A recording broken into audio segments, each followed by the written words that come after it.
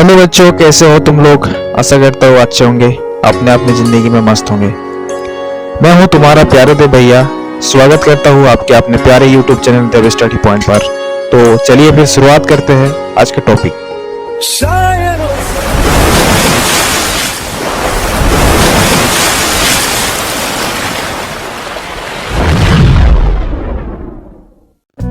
तो प्यारे बच्चों, आज का जो हमारा टॉपिक है क्लास 6 के पॉलिटिकल साइंस के पहला अध्याय हमारा समाज विविधताओं से भरा।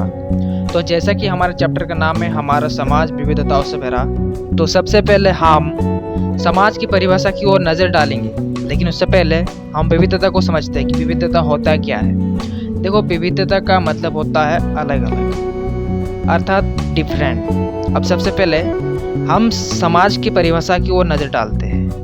यह एक ऐसा समूह होता है, यहाँ समूह का मतलब है अधिक संख्या में लोगों की एक भीड़, जिसमें किसी भौगोलिक क्षेत्र में विभिन्न जाति, धर्म और संस्कृति के लोग एक साथ निवास करते हैं। संस्कृति का मतलब क्या होता है? संस्कृति जैसे कपड़े पहनने के तरीके, खाने के तरीके, पूजा करने के तरीके, हम जिस भगवान को मानते हैं, हमारे गाना गाने के तरीके, नृत्य करने के तरीके, ये सब एक संस्कृति कहलाते हैं। वैसे अलग अलग धर्मों की संस्कृति अलग अलग हो सकते हैं तथा अपने रीति रिवाज और परंपराओं का निर्वहन करते हैं। ऐसे रीति रिवाज का क्या मतलब होता है? किसी भी खास काम को करने के तरीके।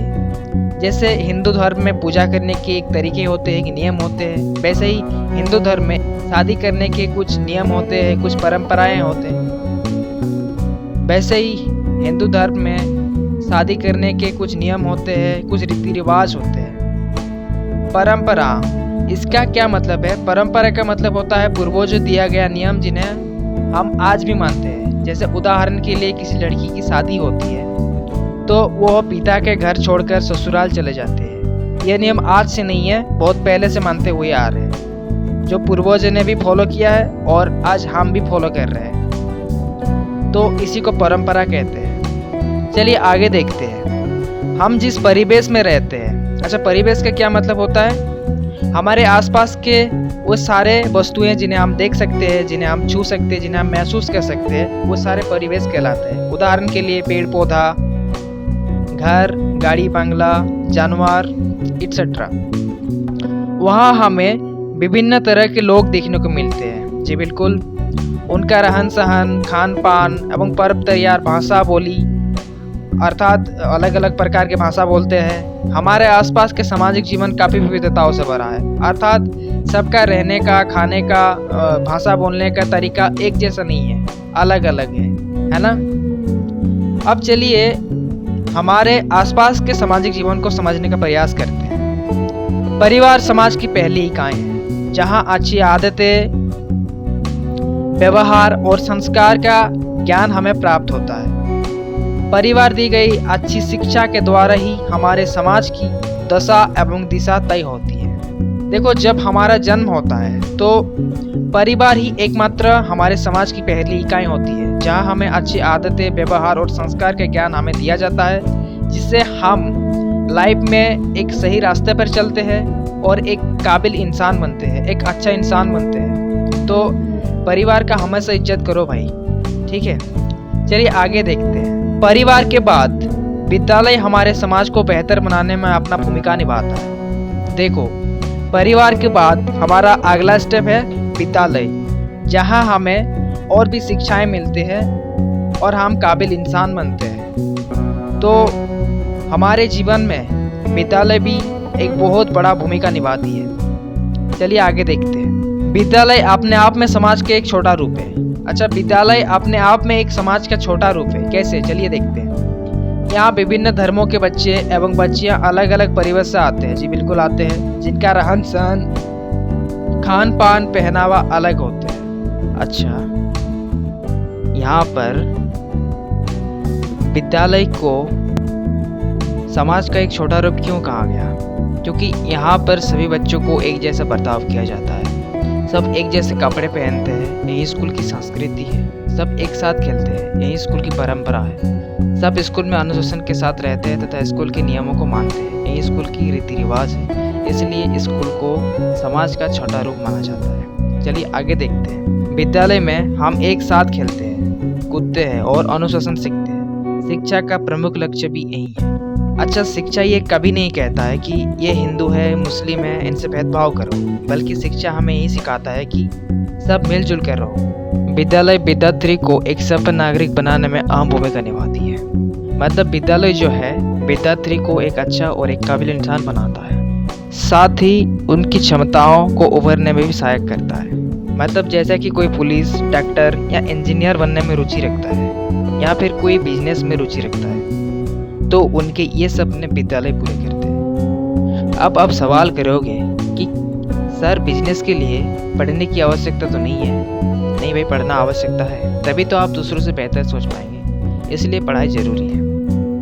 चलिए आगे देखते हैं। जब कोई विद्यार्थी डॉक्टर, शिक्षक, वकील या राजनेता आदि बनते हैं तो अंततः इसका लाभ समाज को ही मिलता है। ऐसा तो नहीं है कि किसी खास धर्म या जाति के लिए काम करेगा, ये पूरे समाज के लिए काम करता है, अर्थात पूरे समाज को ही लाभ मिलता है ना।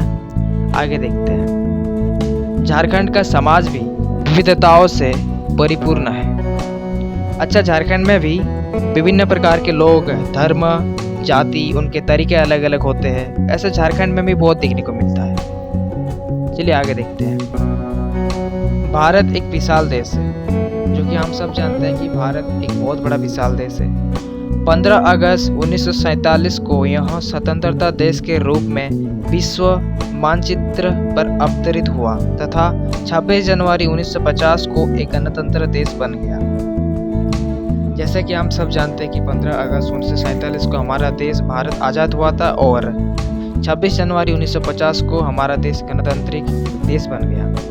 अनेकता में एकता भारत की विशेषता है। जैसा कि हम सब जानते हैं कि भारत में विभिन्न प्रकार के धर्म, जाति के लोग रहते हैं, लेकिन सब मिलजुल कर रहते हैं। यही भारत की खासियत है।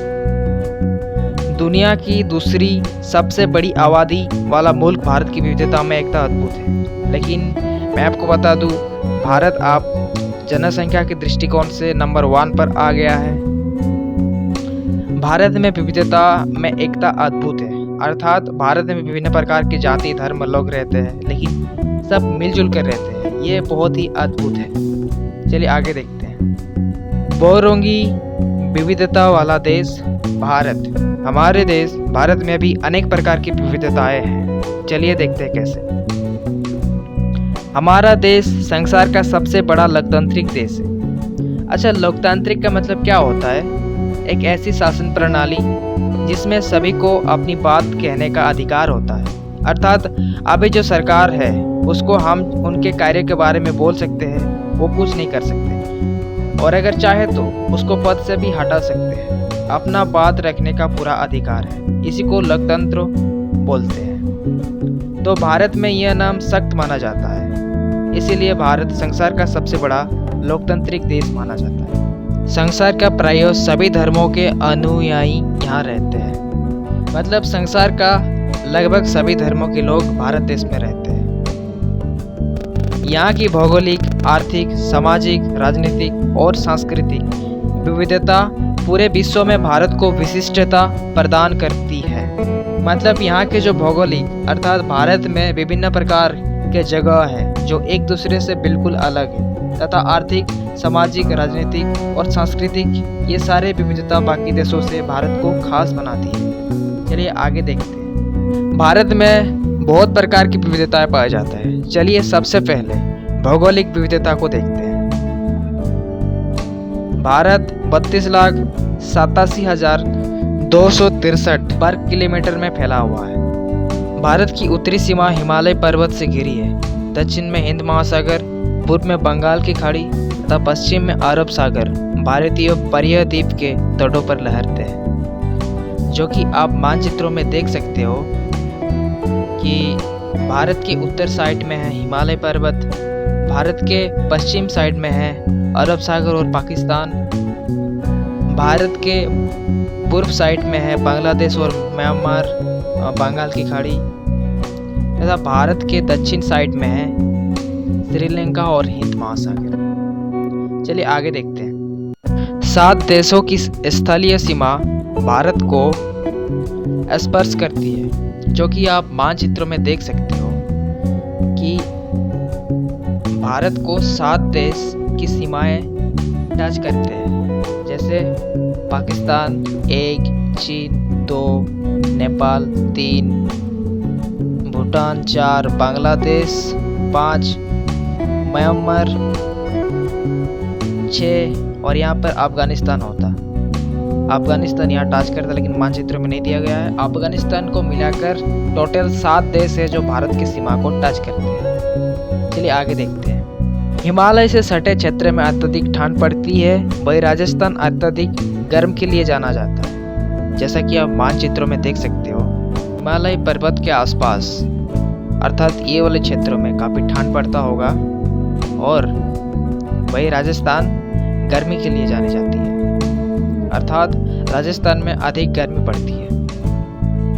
यदि मेघालय में मसिनराम को दुनिया में सर्वाधिक वर्षा वाले क्षेत्र के रूप में जाना जाता है, तो राजस्थान में सबसे कम वर्षा होती है। चलिए मानचित्र में देखते हैं। मेघालय के एक मसिनराम जगह पर जहां बहुत ज़्यादा वर्षा होता है, वही अगर बात करें राजस्थान की, तो यहाँ पर बहुत ही कम वर्षा होती है। चलिए आगे देखते हैं। कहीं ऊंचे ऊंचे पर्वत है तो कहीं विस्तृत मैदान, कहीं ऊंचे पठार तो कहीं तटीय क्षेत्र। भारत में कहीं ऊंचे ऊंचे पर्वत है तो कहीं विस्तृत मैदान, कहीं ऊंचे पठार है तो कहीं तटीय क्षेत्र। चलिए आगे देखते हैं। लक्षद्वीप एवं अंडमान निकोबार द्वीप समूह क्रमशः अरब सागर तथा बंगाल की खाड़ी में स्थित है, जो कि आप मानचित्रों में देख सकते हो कि लक्षद्वीप अरब सागर में स्थित है और अंडमान निकोबार द्वीप समूह बंगाल की खाड़ी में स्थित है ना। तो ये सब क्या है? भारत भौगोलिक विविधता तो है, क्या सब जगह एक जैसा है? नहीं ना, ये एक दूसरे से काफ़ी अलग है। इसलिए हमारे देश भारत में बहुत प्रकार के भौगोलिक विविधता है। अब हम धार्मिक, सामाजिक एवं सांस्कृतिक विविधता के बारे में जानेंगे। दुनिया के 4 प्रमुख धर्मों का उद्भव स्थल भारत को माना जाता है। अच्छा, उद्भव स्थल का मतलब होता है उत्पत्ति स्थल, अर्थात यहाँ पर 4 प्रमुख धर्मों का उत्पत्ति वाला स्थल बताया गया। भारत जहाँ पर इन 4 प्रमुख धर्मों का यहीं से उत्पत्ति हुई थी। वो कौन कौन सा धर्म है? वो धर्म है हिंदू, सिख, जैन तथा बौद्ध। चलिए आगे देखते हैं। इसके अलावा इस्लाम, ईसाई, पारसी तथा अन्य धर्म के लोग भी यहाँ रहते हैं। बिल्कुल, हिंदू धर्म में शैव, शाक्त तथा वैष्णव बड़ी संख्या में है। अच्छा, अगर हम बात करें हिंदू धर्म की, तो हिंदू धर्म को 4 भागों में वर्गीकृत किया गया है। शैव, शाक्त, वैष्णव और एक स्मार्त। शैव किसको बोलते हैं? जो शिव भगवान को मानते हैं। शाक्त किसको बोलते हैं? जो दुर्गा माता को मानते हैं। वैष्णव किसको बोलते हैं? जो विष्णु भगवान को मानते हैं। और स्मार्त किसको बोलते हैं? जो परमेश्वर की हर एक रूप को मानते हैं। वैसे ही अगर इस्लाम धर्मों की बात करें तो ये भी 2 भागों में वर्गीकृत है, शिया और सुन्नी में। वैसे अगर सिख धर्म की बात करें तो यह भी 2 भागों में बटा हुआ है, एक नामधारी और एक निरंकारी। वैसे ही अगर जैन धर्मों की बात करें तो यह भी 2 भागों में बटा हुआ है, एक दिगंबर और एक स्वतंबर। वैसे ही बौद्ध धर्मों की अगर बात करें तो यह भी 2 भागों में बटा हुआ है, एक दीनयायन, एक महायान। धार्मिक पवित्र ग्रंथ, हर धर्मों की कुछ पवित्र ग्रंथ होता है, जिस ग्रंथ को पवित्र तथा उस धर्म के लोग बहुत मानते हैं। जैसे अगर हिंदू धर्म की बात करें, वेद, पुराण, उपनिषद, रामायण तथा महाभारत। वैसे ही इस्लाम धर्म की अगर बात करें तो कुरान शरीफ। वैसे ही अगर ईसाई धर्म की बात करें तो बाइबल। वैसे ही अगर सिख धर्म की बात करें तो गुरु ग्रंथ साहिब। वैसे जैन धर्म की अगर बात करें तो आगम सूत्र। वैसे अगर बौद्ध धर्म की बात करें तो त्रिपिटक। वैसे ही अगर पारसी की बात करें तो जंदा अपसेता। चलिए आगे देखते हैं। देश में अनेक जातियां हैं, उनकी पूजा पद्धति एवं रीति रिवाज में भिन्नता पाई जाती है। अच्छा, देश में अगर बात करें तो बहुत प्रकार की जाति धर्म के लोग रहते हैं, जिनकी पूजा करने के तरीके एक जैसे नहीं है, काफ़ी अलग होते हैं। एक ही गांव में रहने वाले विभिन्न धर्मों एवं जाति के लोग की जीवन पद्धति भी अलग अलग होता है। अगर हम बात करें एक ही गांव में रहने वाले विभिन्न धर्म और जाति के लोगों की, तो उनके जो जीवन पद्धति है वो अलग अलग तरीके से जीते हैं। पूजा करने के उनके तरीके अलग होते हैं, उनके जो पर्व त्योहार होते हैं वो अलग होते हैं, है ना। भारत त्योहारों का देश है। दिवाली, होली, दुर्गा पूजा, ईद, क्रिसमस जैसे त्योहार तो प्राय समूचे देश में मनाया जाता है। भैया अगर बात करें भारत में दिवाली, होली, दुर्गा पूजा, ईद, क्रिसमस जैसे त्योहार समूचे देश में मनाया जाता है, अर्थात लगभग पूरे देश में मनाया जाता है ना। इनके अलावा देश के विभिन्न भागों में क्षेत्रीय त्योहार का प्रधानता है। अच्छा, क्षेत्रीय त्योहार किसको बोलते हैं? किसी घटना को याद करने के लिए। मान लो किसी क्षेत्र में एक भारत के सैनिक शहीद हो गए हैं, तो उसकी वहाँ पर मूर्ति बनाई जाती है और उसे याद करने के लिए उसको त्योहार के रूप में मनाया जाता है। बस इसी को क्षेत्रीय त्योहार बोलते हैं, जो पूरे भारत में तो नहीं लेकिन उस जगह जरूर मनाए जाते हैं। चलिए आगे देखते हैं। वैसे अगर झारखंड की बात करें तो झारखंड में सहरूल, करमा, दशई, सहराई एवं टुसु पर्व उत्साह से मनाए जाते हैं। झारखंड में सहरूल, कुरमा, दशई, सहराई एवं टुसु पर्व बहुत मनाए जाते हैं। इसके साथ यहाँ के कुछ इलाकों में मुंडा पूजा की परंपरा भी है। आगे देखते हैं। पंजाब में बैसाखी, महाराष्ट्र में गुड़ी पड़वा, बिहार में छठ, असम में बिहू, तमिलनाडु में पोंगल तथा केरल में ओणम प्रमुख त्योहार है। ये त्योहार इन राज्यों में अधिक मात्रा में मनाए जाते हैं और इसका ये प्रमुख त्योहार है। विभिन्न समाजों में खुशी का इजहार नृत्य के द्वारा भी किया जाता है। अच्छा, अगर हम बात करें विभिन्न समाजों में खुशी का इजहार जो है नृत्य अर्थात डांस के द्वारा भी किया जाता है। विभिन्न भागों में नृत्य की विविधता पाई जाती है। हर जगह में अलग अलग प्रकार के जो नाचने के तरीके होते हैं वो अलग अलग होते हैं। चलिए देखते हैं कैसे। भाई अगर बात करें झारखंड की, तो झारखंड में छौ नृत्य, पाइका, कर्मा नृत्य, सहरूल नृत्य, दमकच, झूमर का विशेष महत्व है। अगर हम झारखंड की बात करें तो यहाँ पर छह नृत्य, पाइका, कर्मा नृत्य, सहरूल नृत्य, दमकच, झूमर का विशेष महत्व है। भैया अगर बात करें असम की तो वहाँ पर बिहू काफ़ी फेमस है। भैया अगर गुजरात की बात करें तो यहाँ पर गरबा और डांडिया काफ़ी ज़्यादा फेमस है। भैया अगर केरल की बात करें तो यहाँ मोहिनीअट्टम और कथकली। उड़ीसा में ओडिसी काफ़ी ज़्यादा फेमस है। पंजाब में भांगड़ा, मणिपुर में मणिपुरी, तमिलनाडु में भरतनाट्यम, उत्तर प्रदेश में कथक और नागालैंड में चांगलो। ये सभी नृत्य इस जगह पर काफ़ी ज़्यादा फेमस है। चलिए आगे देखते हैं। खान पान की विविधता। अब हर जगह पर विभिन्न प्रकार के खाद्य पदार्थ खाए जाते हैं। उनके खाने की जो तरीके होते हैं वो अलग अलग होते हैं। चलिए देखते हैं कैसे।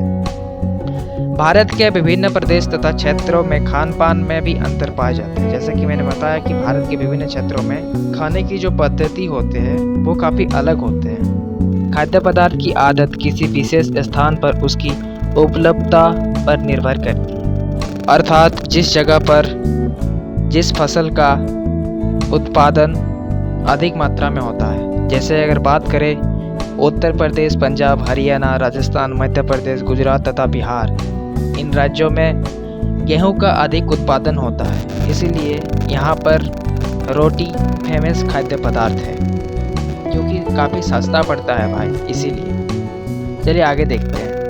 लोकप्रिय भोजन। वैसे झारखंड में अगर लोकप्रिय भोजन की बात करें तो यहाँ पर पिट्ठा, धुसका, बरा, छिलका रोटी, ढकनी रोटी, मुड़वे की रोटी इत्यादि। वही अगर पंजाब की बात करें तो यहाँ पर सरसों के साग के साथ मक्के की रोटी। वाह भाई वाह, क्या बात है। गुजरात में अगर बात करें तो ढोकला, महाराष्ट्र में अगर बात करें तो बड़ा पाव, केरल की अगर बात करें तो अवियल, दक्षिण भारत की अगर बात करें तो डोसा, इडली और सांभर। वही अगर आंध्र प्रदेश की बात करें तो हैदराबादी बिरयानी एवं हलीम। वही अगर नागालैंड तथा सिक्किम की बात करें तो यहाँ पर मोमोज काफ़ी ज़्यादा फेमस है। वही अगर दिल्ली में बात करें तो यहाँ पर तंदूरी चिकन काफ़ी ज़्यादा फेमस है। वही अगर बंगाल में बात करें तो यहाँ मछली भात काफ़ी ज़्यादा फेमस है। चलिए आगे देखते हैं। भाषाई विविधता। भारत के विभिन्न क्षेत्रों में बहुत प्रकार की भाषाएं बोली जाती है। भारत एक बहुभाषी है। क्योंकि भारत में बहुत प्रकार की भाषा बोली जाती है, इसलिए भारत एक बहुभाषी देश है। कहा जाता है कि प्रत्येक 100 किलोमीटर में यहाँ भाषा बदल जाती है। आप भारत के जिस साइड जाओगे 100 किलोमीटर जाते जाते हो सकता है कि वहाँ भाषा बदल जाए। हमारे देश में 1700 से भी अधिक भाषाएं बोली जाती है। यहाँ कुछ राज्य भी भाषा के आधार पर बनाया गया है, जैसे आंध्र प्रदेश। हिंदी को देश की शासकीय भाषा बनाया गया है। हिंदी को देश की शासकीय भाषा बनाया गया है, अर्थात बोलचाल के लिए हम हिंदी का इस्तेमाल काफ़ी ज़्यादा करते हैं। इसके साथ अंग्रेजी का प्रयोग भी किया जाता है। पहले इसका इस्तेमाल उतना ज़्यादा नहीं किया जाता, लेकिन आजकल इसका इस्तेमाल भी बहुत ज़्यादा करने लगे हैं। संविधान की 8वीं अनुसूची में 22 भाषाओं को मान्यता प्रदान की गई है। वो कौन कौन सी भाषा है? वो भाषा है असमिया, बांग्ला, बोडो, डोगरी, गुजराती, हिंदी, कन्नड़, कश्मीरी, कंकनी, मैथिली, मलयालम, मणिपुरी, मराठी, नेपाली, उड़िया, पंजाबी, संस्कृत, संथाली, सिंधी, तेलुगु, तमिल, उर्दू। ये 22 भाषा संविधान की 8वीं अनुसूची में शामिल किया गया है। चलिए आगे देखते हैं। झारखंड में बोली जाने वाली भाषाएं। अच्छा, झारखंड में कौन कौन सी भाषाएं बोली जाती है? संथाली, मुंडारी, कुड़ुक, कुड़माली, खोरठा, नागपुरी आदि। 92वें संशोधन द्वारा संथाली को संविधान की 8वीं अनुसूची में शामिल किया गया। पहले संविधान में 21वां भाषा को ही मान्यता प्रदान की गई थी, लेकिन अब संथाली को भी मान्यता दिया गया है। चलिए आगे देखते हैं। परिधान की विविधता। परिधान क्या होता है? परिधान का मतलब होता है पहनावा। देश में लोगों के पहनावे भी बहुत अंतर पाया जाता है, अर्थात देश के विभिन्न क्षेत्रों में जो कपड़े पहनने के तरीके होते हैं वो अलग अलग होते हैं। पुरुष के परिधान में कुर्ता पायजामा का विशेष महत्व है। हालांकि आधुनिक परिधान जैसे पैंट, शर्ट, कोट एवं टाई का प्रचलन काफ़ी बढ़ चुका है। अगर बात करें पुरुषों की, तो पुरुषों के लिए कुर्ता पायजामा का विशेष महत्व है, लेकिन आजकल आधुनिक ज़माने में पैंट, शर्ट, कोट एवं टाई का प्रचलन काफ़ी बढ़ चुका है। अभी पायजामा और कुर्ता बहुत ही कम मात्रा में पहना जाता है। आजकल पैंट, शर्ट, कोट एवं टाई का प्रचलन काफ़ी बढ़ चुका है। लेकिन आजकल अगर बात करें तो छपरी मॉडल भी काफ़ी ज़्यादा फेमस है, जो कि आप पिक्चर में देख सकते हो। महिलाएं साड़ी तथा ब्लाउज पहनती है। झारखंड में पुरुष धोती कुर्ता पहनती है और कंधे पर गमछा रखती है। भैया अगर झारखंड की बात करें तो झारखंड में पुरुष धोती कुर्ता पहनते हैं और साथ ही कंधे पर एक गमछा रखती है। ये झारखंडी का स्टाइल है। भैया अगर बात करें पंजाब में, तो पंजाब में सलवार कमीज और दुपट्टा काफ़ी ज़्यादा प्रसिद्ध है। भैया अगर बंगाल में बात करें तो बंगाल में है बंगाली साड़ी। भैया अगर राजस्थान और गुजरात में घाघरा चोली और ओढ़नी काफ़ी ज़्यादा फेमस है। भैया अगर जम्मू कश्मीर की बात करें तो फेरन काफ़ी ज़्यादा फेमस है। भैया अगर मिजोरम की बात करें तो पवनचई महिलाओं का पारंपरिक परिधान है। यहाँ की जो महिलाएं हैं वो पुआनचई पहनावे को अपनाते हैं। चलिए आगे देखते हैं। ये आप दो परिधान देख सकते हो।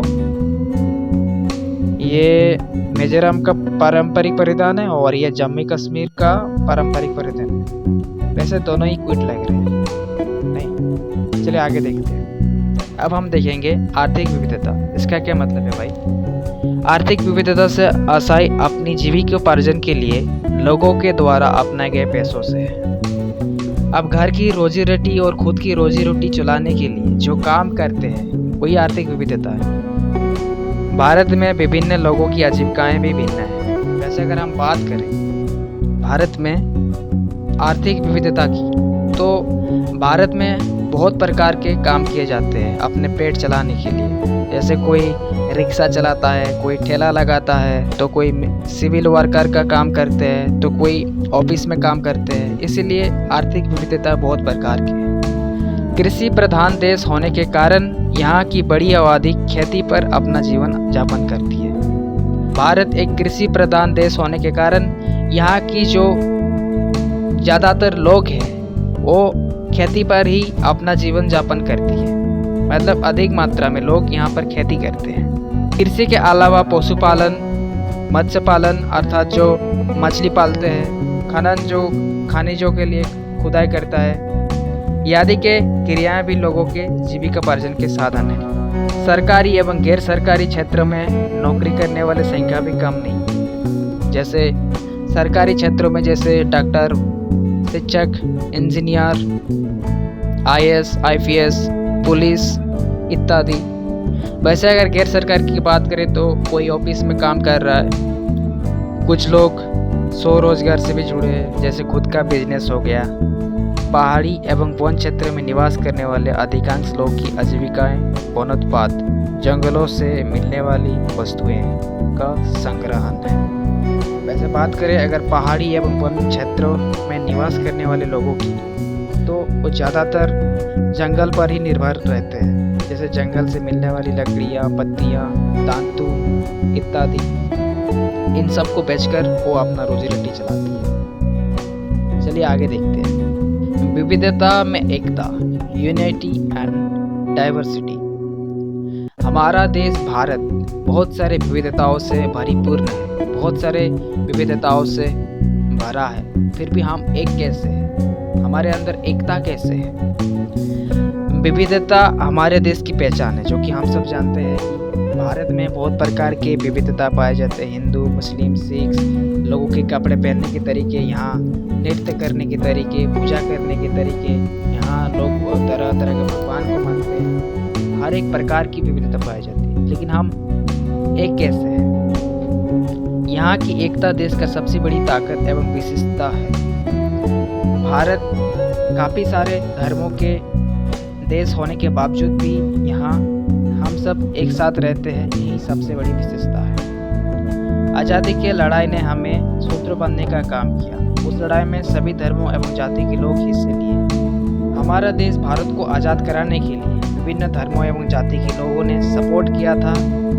हम भले ही विभिन्न धर्म, जाति या क्षेत्र के हो, लेकिन सबसे पहले हम भारतीय हैं। हाँ बोलिए, बिल्कुल सही। हम जहाँ का भी हो, हम जिस धर्म का भी हो, लेकिन सबसे पहले हम इंडिया, अर्थात सबसे पहले हम भारतीय। भारतीय का यह भाव हमें एकता का मूल मंत्र है। भारतीयों का यह भाव और देश के प्रति ये प्रेम हमें एक साथ जुड़े रखते हैं। इसीलिए इतने सारे धर्म होने के बावजूद भी हम अलग नहीं रहते, बल्कि एक साथ रहते हैं। एक ही गांव में विभिन्न धर्म एवं जाति के लोग रहते हैं। वे एक दूसरे के सुख दुख में सम्मिलित होते हैं, मिलजुल कर समस्या को शुरू से सामना करते हैं और समाधान तलाशते हैं। वैसे अगर बात करें, एक ही गांव में विभिन्न धर्म एवं जातियों के लोग रहते हैं, लेकिन वो एक दूसरे के सुख दुख में शामिल होते हैं और जब मुसीबत आते हैं तो मिलजुल कर सामना करता है और उसका समाधान तलाशता है। ये गांव में अक्सर दिखने को मिलता है। भाषा, धर्म, जाति इत्यादि की विविधताओं के बावजूद मानवता का ये रिश्ता आपस में जोड़े रखते हैं। अच्छा देखो, इतने सारे धर्म, जाति होने के बावजूद भी, इतने सारे भाषा, कपड़े पहनने के तरीके, इतने सारे भिन्नता होने के बावजूद भी हमें मानवता के रिश्ता आपस में जुड़े रखते हैं। सबसे पहले हम इंसान हैं और हमारे अंदर इंसानियत होना बहुत ज़रूरी है। हमारे देश में सांप्रदायिक झगड़े भी जन्म लेते रहे। कभी इन झगड़ों ने हिंसात्मक टकराव का रूप भी धारण कर लिया, लेकिन आपसी तालमेल और एक दूसरे का निर्भरता के कारण झगड़ों ने कभी स्थायी वैमनस्य का रूप नहीं लिया और समाज की विविधता नहीं हुआ। अच्छा, भारत के लोग कभी कभी एक दूसरे के साथ झगड़ते भी हैं, लेकिन ये झगड़ा इतना बड़ा कभी नहीं बना कि ये भारत देश दो टुकड़ों में विभाजित हो जाए, बल्कि हमारे आपसी तालमेल ने हमें एक दूसरे को जोड़ कर रखा है। अच्छा, अमन शांति हमारे देश की सबसे बड़ी ताकत है जो इस विशिष्टता प्रदान करती है। अच्छा, अमन शांति का मतलब क्या? ये जो हम भारत में शांतिपूर्वक तरीके से रह रहे हैं, भाईचारे के साथ, किसी से झगड़ा ना, किसी से कोई लेना देना, ये जो स्वभाव है, ये स्वभाव हमें बाकी देशों से अलग बनाता है। देखो भाई, संसार में ऐसा बहुत ही कम समाज देखने को मिलता है जहाँ पर धर्म एवं जाति के लोग आपस में मिलजुल कर रहते हैं। खुद को उन्नत एवं सभ्य समझने वाले यूरोपीय देशों के सामाजिक एवं सांप्रदायिक सौहार्द का उदाहरण विरल ही मिलता है। धार्मिक एवं जातीय विनिमय शक्ति की आंख में जल रहे देश प्रेम एवं शांति की तलाश में है। वैसे अगर यूरोप देश की बात करें तो अभी भी यूरोप देश में धर्म एवं जाति के नाम पर झगड़ा होते रहते हैं। वो लोग भी प्रेम, भाईचारा, शांति एवं अहिंसा जैसे मूल्यों को आज विश्व के प्रिय सभी देश अपनाने के लिए लालियत है। प्रेम, भाईचारा, शांति एवं अहिंसा जैसे जो हमारे भारत जैसे देशों में इसका गुण है, ये गुण विश्व के हर एक देश में अपनाने के लिए लालियत है। मतलब इसे हर एक देश अपनाना चाहता है, जबकि भारत इन मूल्यों का प्रचलन प्राचीन काल से ही पोषक रहा है। जबकि भारत में शांति, अहिंसा, भाईचारा जैसे मूल्य गुण पहले से ही था। अतः ऐसे स्थिति में भारत विश्व का नेतृत्व करने में सक्षम है। ऐसे में हम कह सकते हैं कि भारत विश्व का सबसे सर्वश्रेष्ठ देश है। हमारा देश का संविधान सभी नागरिकों के बीच न्याय, स्वतंत्रता, समानता और बंधुत्व की बुनियादी पर आधारित है। हमारे देश का जो संविधान है वो नागरिकों के बीच न्याय, स्वतंत्रता, समानता और बंधुत्व बुनियादी पर आधारित है। सबको समान अधिकार, सबको समान न्याय मिलता है यहाँ, सबको स्वतंत्रता, सबको आज़ादी से जीने का अधिकार है, किसी से भेदभाव नहीं। इन मानव मूल्यों को संविधान का प्रस्तावना में शामिल किया गया है। संपूर्ण भारत एक तिरंगे के नीचे और स्वतंत्रता दिवस एवं गणतंत्र दिवस जैसे राष्ट्रीय त्योहार हमारी एकता से मजबूती प्रदान करती है। हम जो ये स्वतंत्रता दिवस और गणतंत्र दिवस जो मनाते हैं, सारे धर्मों एवं जातियों के लोग झंडे के तिरंगा के नीचे रहकर ये जो राष्ट्रीय त्योहार है इसको पूरे धूमधाम से मनाते हैं। राष्ट्रीय गान जन गण का गायन सभी भारतीयों एक साथ करते हैं और सब साथ मिलकर राष्ट्रीय गान जन गण मन का आरंभ करते हैं। और इसी के साथ ये टॉपिक ख़त्म होता है। अंत में एक YouTube टीचर होने के नाते मैं अपने स्टूडेंट से यही कहना चाहूँगा कि कितना अच्छा लगता है ना यार कि भारत में अनेक प्रकार के धर्मों या जाति के लोग निवास करते हैं। सब कोई अपना संस्कृति, परंपरा तथा रीति रिवाज का निर्वहन करता है। कितना अच्छा लगता है। मैं ये बिल्कुल नहीं कहूँगा कि ये संस्कृति, परंपरा तथा रीति रिवाज त्याग दो, क्योंकि ये पूर्वजों का दिया हुआ तोहफा है जिसको हमें कभी खोना नहीं चाहिए। ये हमें इतिहास से जुड़े रखते हैं। तो अलग अलग धर्मों या जाति के लोगों से इतना भेदभाव क्यों? सब कोई यहाँ इंसान ही तो है। मानते हैं कि उनके त्योहार अलग अलग हैं, तो क्या फ़र्क पड़ता है अगर हम अपने त्योहारों के साथ उनके भी खुशियों में सम्मिलित हो।